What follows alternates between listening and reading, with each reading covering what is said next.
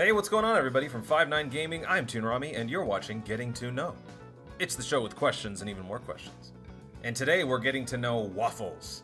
With his very own Dokkan Battle YouTube channel, and as the lead guy for all things Pokemon on the 5-9 streams, you can find him on a wholesome stream near you. Waffles, welcome to the show. Hello, happy to be here. I've been really excited about this. Alright, let's get started. I know you're on the clock, so I'm gonna get you out of here as quickly as possible before your cats get too upset at me.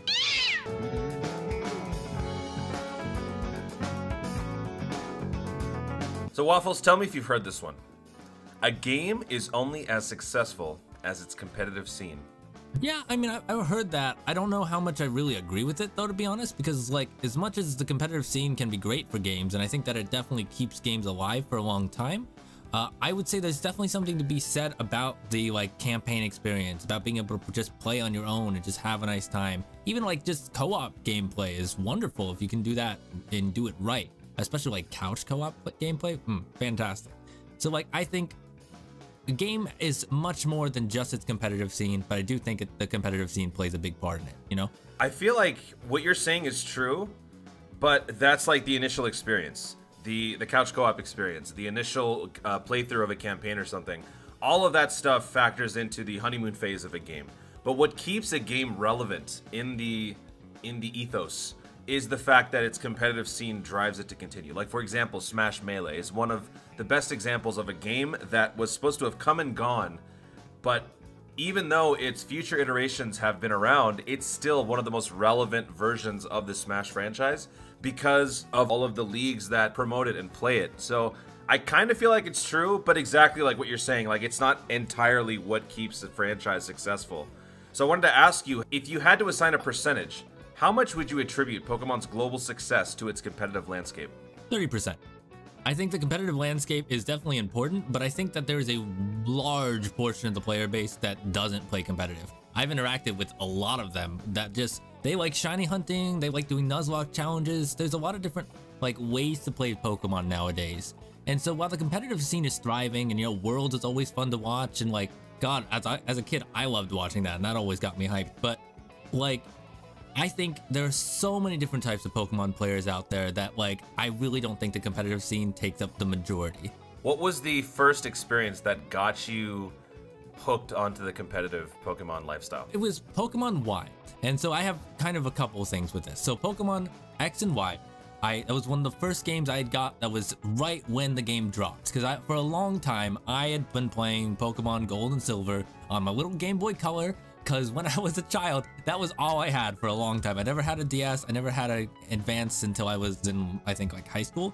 So I played that, and then I played the ROMs. But when X and Y came out, I was able to actually go buy a 2DS, or I think it was a 2DS. So I bought a 2DS. I bought Pokemon X or Y. I think it was Y. And I was actually able to play with everyone else. So I would do things like Wonder Trade, and I got some cool Pokemon, and then when I would Wonder Trade, I was like, okay, well, I can start learning how to breed. And so I tried to breed a Charmander. And so I got into breeding competitive Pokemon. And then when I was like, you know what? Here's a Pokemon League where I can try to be a gym leader. That sounds like a lot of fun. And I got my butt kicked over and over again by a couple different people. And it was so fun. Like, even when I would get my butt just absolutely destroyed, I could sit down and go, wow, I learned something. I would never have expected this set. I think it was the one I remember so clearly was Defensive Mega Charizard X that had like Will-O-Wisp, yeah, it had Roost, and like I just got bodied, and I remember being like, this is what I want to do. I had kind of dipped my toe into it in 5th gen with just like simulators and stuff, but oh my god, I got so into it in X and Y. And just kept continuing in Omega Ruby and Alpha Sapphire, and that just became my obsession. I think the other thing was when I was around that age, actually, I think I was working this job. Basically, I was watching a parking lot. It's kind of a weird thing, but basically, we ran a little parking lot, and I had to make sure that none of the cars got broken into or anything like that.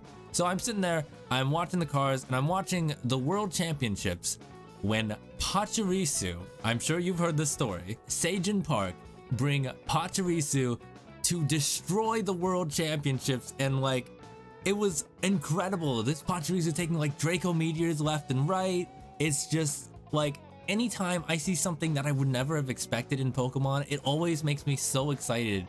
And it's like, I love these unique, weird sets and seeing them actually do really well. So it was a combination of that moment and just getting into it from like Pokemon leagues and things like that and learning more. I'll never forget the first time I came across like a super breeded Pokemon was I think in the Heart Gold Soul Silver remake. I fought one of my friends and I had a Mewtwo. He had a Gyarados. And he killed me in like I think he OHKO'd me with his Gyarados. I wasn't able to get a scratch on him. And I think he killed me in one hit with a Gyarados. And I was like, wait a second. All that I know is a lie. Because this legendary just got his butt kicked to a stupid Gyarados. And that's when I learned about EVs, IVs, and all these extra metrics that I never thought existed in the game. Which I think is so incredible that a game as simple as Pokemon has so many other dimensions to it if you want to look for it. Exactly, it really adds the like skill ceiling, or it really raises that. Yeah. And it lets you there's like, it's really easy to enter Pokemon, and then you can just go wherever you want with it, which is one thing that I've always loved about the franchise. Which quirk do you think has led to more imbalance in the meta? Z moves or Dynamax? I'm gonna go with Dynamax. I think that a few sets with Z moves were broken. Things like I want to say Z Celebrate was kind of a big issue. And I know that Z moves were kind of frustrating, but you kind of knew what to look out for. With Dynamax, it's like any Pokemon can Dynamax, and while the meta's kind of adjusted to it, it's just, I would say it definitely threw things for a loop. It made it pretty unbalanced for a while there. All right, I want to change things up here, and I want to put you through the ringer. So, oh, okay. I want to go through some rapid fire questions. You're not allowed to think. You have to just answer. Whether or not it's the accurate answer is entirely up to you. It may not be. This could be a complete disaster. But I want to ask you 10 questions really, really, really fast. And you have to answer immediately. The first thing that comes to your mind, okay? All right. Well, my middle name is Disaster, so let's get it going. All right. Here we go. Favorite generation? Gen 2. Favorite fire starter? Charmander. Favorite Elite Four? The old lady that I think had ghost types. Agatha. Yeah, thank you. Favorite legendary? Rayquaza. Favorite type? Ground. Least favorite gym leader? The Bugsy. Yeah, Bugsy. Least favorite crime syndicate? Oh, least favorite, probably Plasma? Favorite remake? Favorite remake, Heart Gold Soul Silver. Best, oh, really? That's awesome. Yes! Yeah, I love Gen 2. Best nickname you ever gave? To a Pokemon? Yes. Margarine, for the Butterfree. Dumbest looking Pokemon? Dunsparce. Now, what I'm going to do is I'm going to name different people from the 5-9 team, and you have to tell me what's the first type that comes to mind. Like, what type of Pokemon are they? Oh, no. Okay. All right, ready? We'll try. Sorry in advance, by the way. Yeah, oh yeah. It's about to get real. Sorry in advance. Okay. Gale Riot. Fire. Sly. Psychic. Goresh. And Poison. Sorry. Gotcha. I think Frieza. Naz. Nas, Dark. Nalar. Water. Nate, Flying? Did you say fine or flying? Flying. Oh, I thought you said fine. He's a fine guy, but yeah, flying. Seawrath. Well, ocean, so water, yeah. Truth. Fire. Me. Grass. Oh. Sorry, your face is green. What? Wait, you've got green on your mask thing, right? Nope. Okay, that's your little thing. Well, never mind. Well, that's the beauty of this game. I It can't makes see. you give the I'm stupidest colorblind. answers. Sorry. It's okay. You called Goresh poison. That's all I wanted. Oh, that's all you wanted. We can wrap this up, folks. I got him.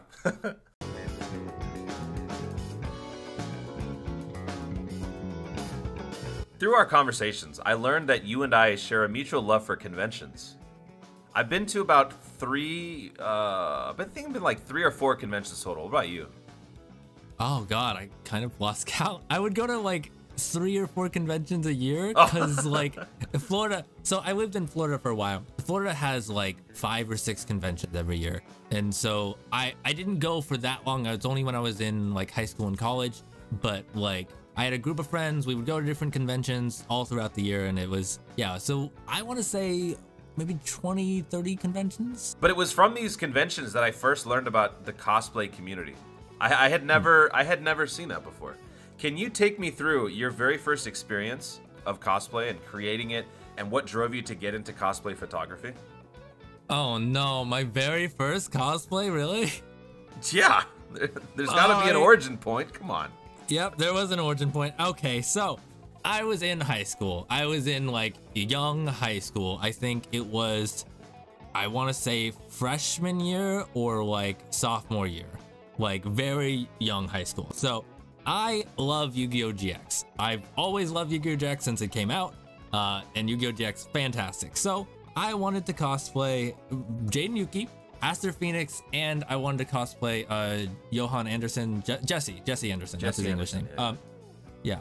So my mom was a fashion designer, so I bugged her for like months before this convention, before my first one, to try to help me make the Jaden Yuki like Slifer Red coat. And so she eventually gave in, helped, kind of threw something together for me. I went to thrift stores trying to find a wig that I could maybe use. I found this horrible mullet wig that I just turned around and like cut, and it looked so bad. And then I like sprayed like a temporary hairspray thing on it to give it like the orange part of his hair. And I went to the convention like that. I had like a really bad dual disc that I made out of God, I think it was like little foam balls and duct tape, and I walked around with that and my deck of cards based on Jaden Yuki. So I had my elemental heroes, and I went into Yu-Gi-Oh! Tournaments, and that was my experience. So that was how I first started with cosplay.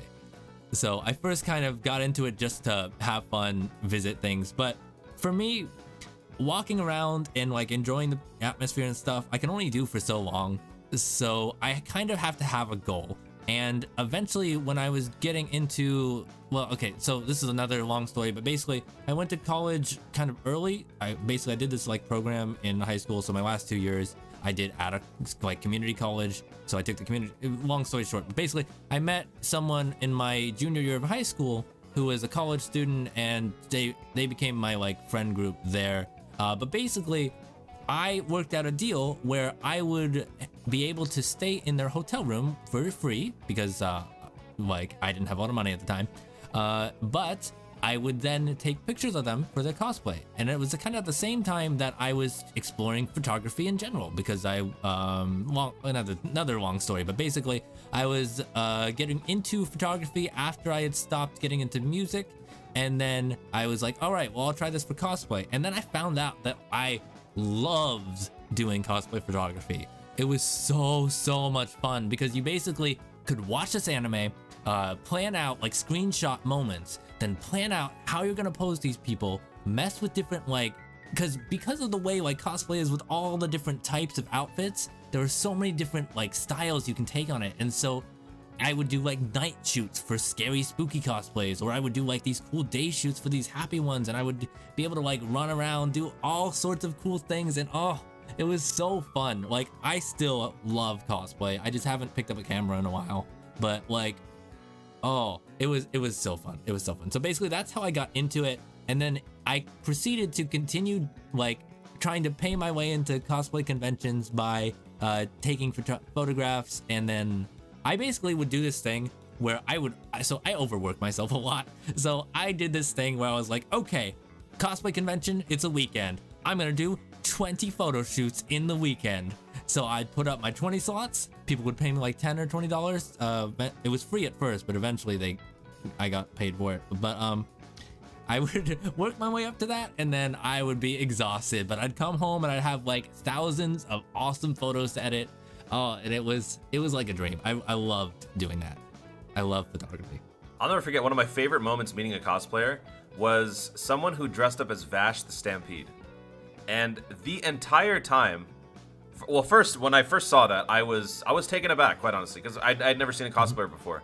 But I remember I walked up to him and I got to meet him, and we just started talking about the show Trigun. And for like an hour or so, we were just acting out scenes together because we shared a mutual love for a particular show. And that expression of fandom is really underappreciated, I think, for cosplayers. Yeah, because I mean, it takes a lot of time and effort for cosplayers. Like, for me, I never ended up spending that much time on my costumes because I just didn't have the like skill for it. But the people who like hand make their costumes, it's insane. They put so much time, so much money, and so much effort into it. And I'm so happy whenever I see those cosplays because I'm just like, this is your expression. You plan this for months in advance and you put your heart and soul into this. I'm so happy to see people get to just wear their outfits, be confident, and just have a good time.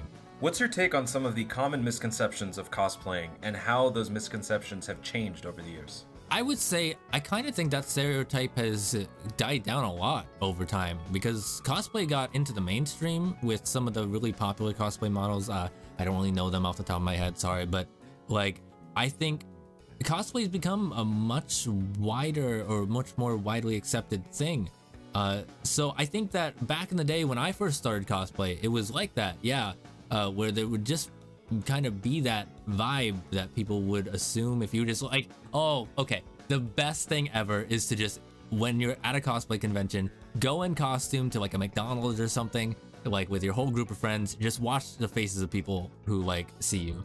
As I continued in the cosplay community, I was there as this was changing. And so like the first year I would go and you'd get a lot of really weird looks.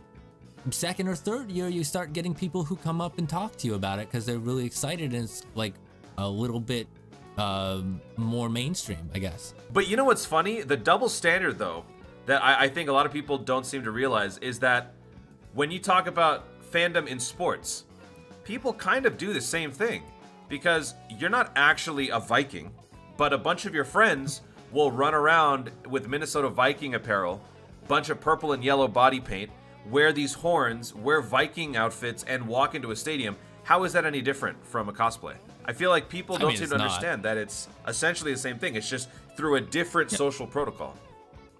It's because sports are more widely accepted in society and that geek culture is kind of frowned upon, where people have for a long time like venerated sports.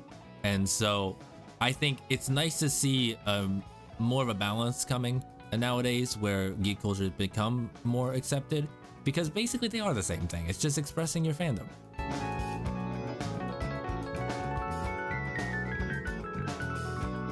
As one of the welcomed additions to the 5-9 family, how has your experience been leading the Pokemon division, collaborating on other projects, and being part of a growing community?